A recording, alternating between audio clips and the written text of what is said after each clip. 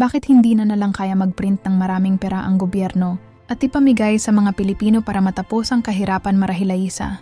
Ka rin sa mga taong nakaisip nito at ipamimigay ito sa mahihirap wala ng magugutom na Pilipino, makakabayad na ng utang si Nena at makakabayad na ng renta at hindi mapapalayas si Christian at lahat ay magiging masaya, hindi na lang magprintong maraming pera para matapos na ang kahirapan natin. Kahit ilang presidente na ang nagdaan, hindi pa rin nasosolusyunan at mistulang walang katapusan ng ating kahirapan. Maraming Pilipino ang nagsasabing bakit hindi na lang magprint ng maraming pera para matapos na ang kahirapan. At ang Bangko Sentral ng Pilipinas nagpiprint ng pera para palitan ng mga lumang pera at kinokontrol nito ang supply ng bond at pera para maging balanse ang ating ekonomiya.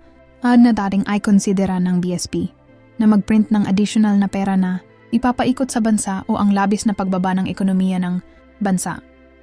Ginagawa din ito sa isang economic situation na kailangan nilang i-manage ang inflation ng bansa.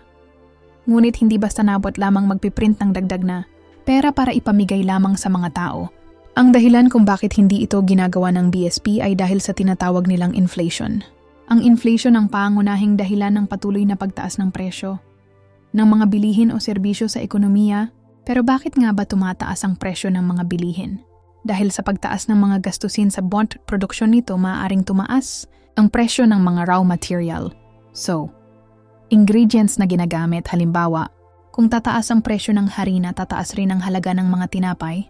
Sa bakery, ang pagtaas ng presyo ng isang produkto ay nakakaapekto din sa ibang serbisyo o produkto.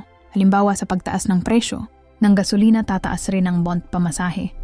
Tataas rin ang renta ng mga nangungupa. Dahil sa pagtataas ng mga presyo, lumiliit ang halaga o buying power ng ating pera sa pagdaan ng panahon.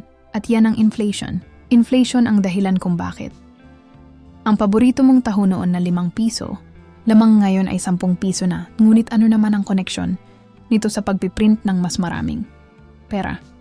Ganito yan, ikaw ay isang business owner ng maliit na bigasan tapos namigay ng 10,000 ng bangko sentral sa bawat Pilipino.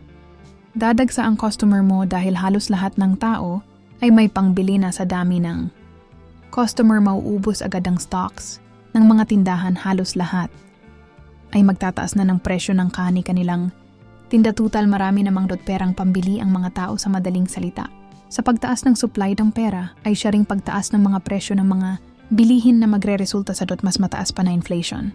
Kung nagustuhan nyo ito, like and subscribe for part 2.